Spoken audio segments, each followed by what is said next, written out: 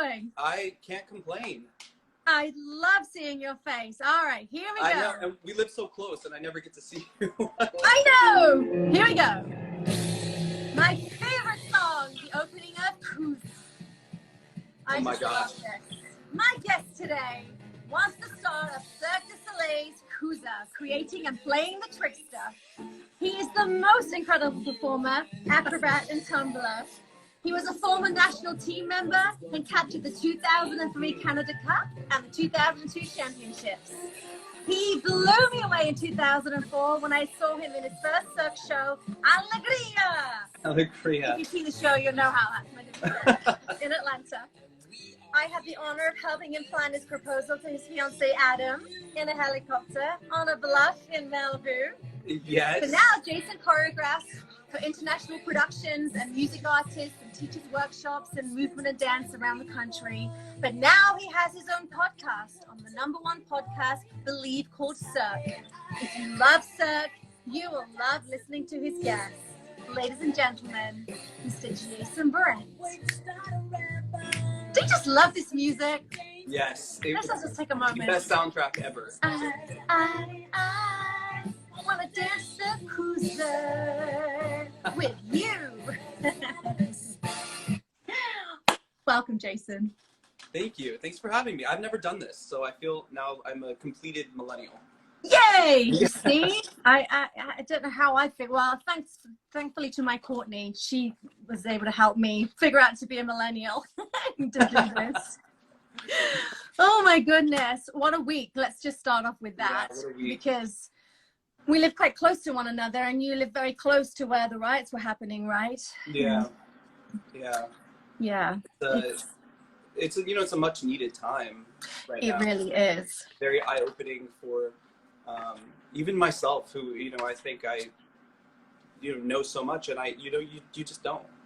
Me too, Jason. That's how I felt. That's why I stopped doing this last week, because I did want to listen and I did want to stop, because I thought that I was like, well, no, I understand, but I didn't, and I was embarrassed that I didn't realize the enormity of it, but I do now. So anyway, it's beautiful to see your face here. Welcome. It's great to see you. I think, I just saw on Facebook that your old cast from the producers just posted a whole bunch of photos. Oh, yes. And we met, I want to say Atlanta, maybe 2003, 2004. Yeah. At the Georgian Terrace Hotel right across the street from the Fox Theater. I remember meeting you. It was so fun to meet you after seeing the show when you were in the producers, and Mark Pazzi introduced us. That's right. Here we are, so many years all these years later. I know, I love it. We swapped, didn't we? I went to see you in your show, and you guys came to see us in our show. And I remember the night that you were all in, the curtain was down, about to go up, and everyone was jumping around the stage going, Alegria! Alegria! That was so fun. So brilliant. In that show, I have never seen anyone tumble like you did. Oh, thank you. Seriously, you were on like a travelator? Is that what you call it? Yeah, so it was like a crisscross trampoline that went, the stage kind of like moved apart, and then it revealed this like trampoline that was like crisscrossed, and we used to jump over each other and stuff I won't even attempt anymore. I was like, flip, flip, flip, flip. And then they were all going in different directions. I mean, we were just like, our mouths were open. It was so phenomenal. It was such a great time. It really was. And I love, every now and then I'll stop because somebody will say something on here. And Nina Kaze says, hi, Jason. I'm with your mum. This is Nina. So I think it's lovely. I was trying to pick up as much as I can. So everybody leave a comment if you want, and we'll try and ask any questions to Jason as we go through. And Crystal4296 is saying, please come back to Cirque one day.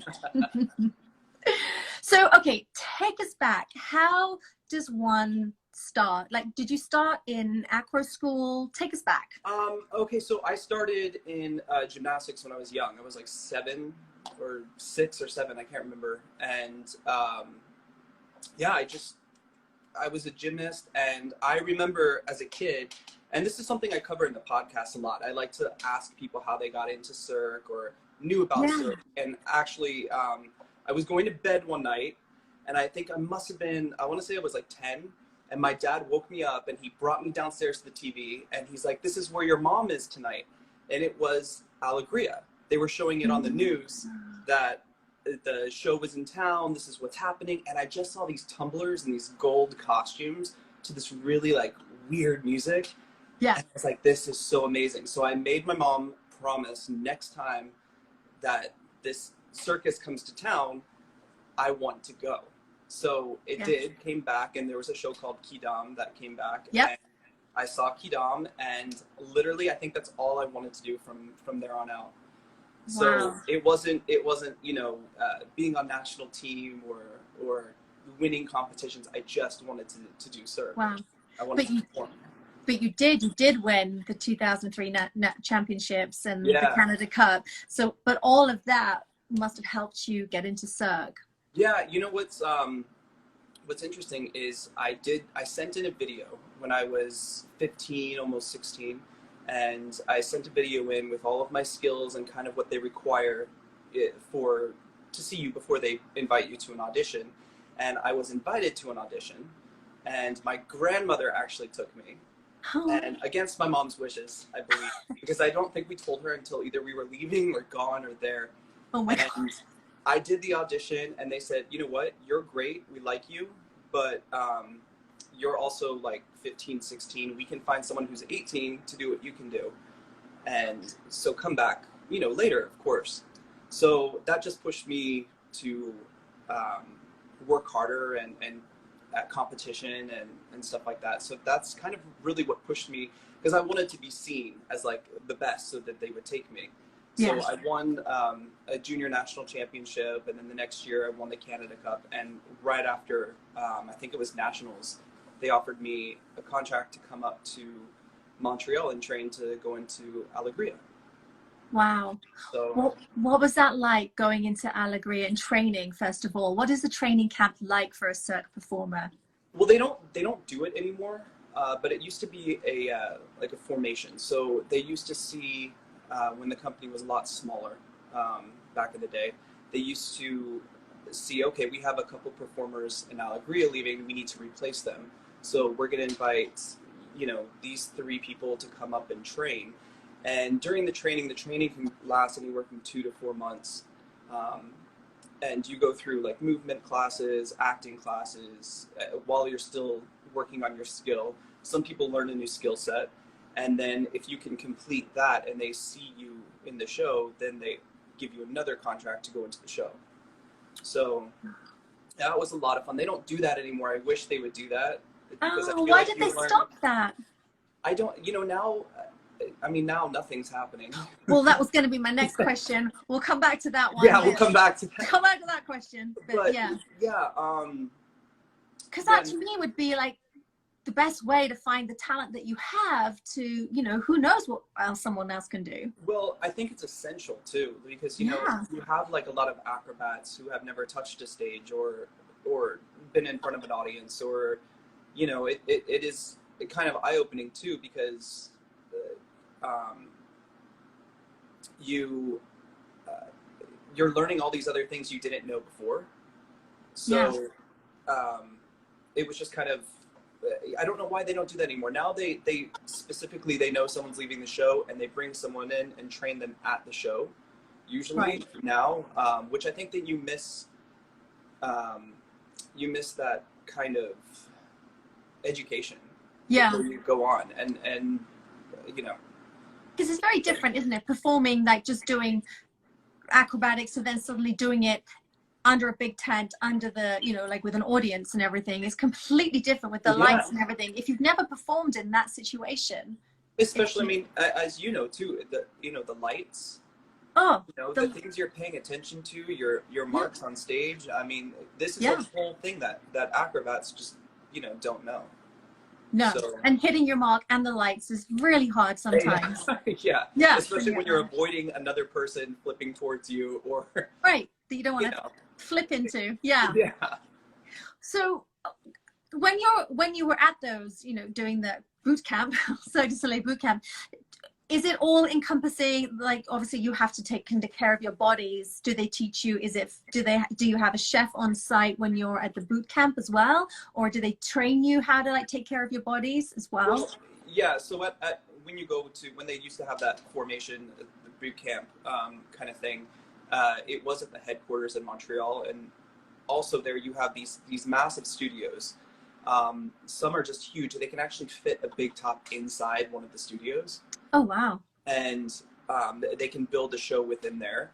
And so they have these huge studios, but also on the other side of headquarters, you have, the costume and pattern makers, the shoemakers, the set designers, all working in the same building. So there's lots of like cafeterias and places to hang out. If you would imagine like what Google headquarters would be, or it's like kind of like that. There's Google for Cirque.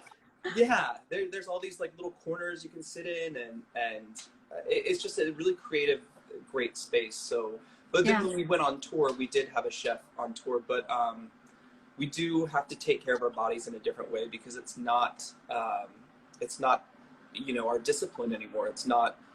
I used to tumble on a rod floor. Now I'm tumbling on a trampoline and then hitting a stage really hard. So that requires my body to be prepared for different things. So it's incredible what you put your bodies through. Yeah. One of my most exciting times was you took me backstage to Alegria and also to Cusa.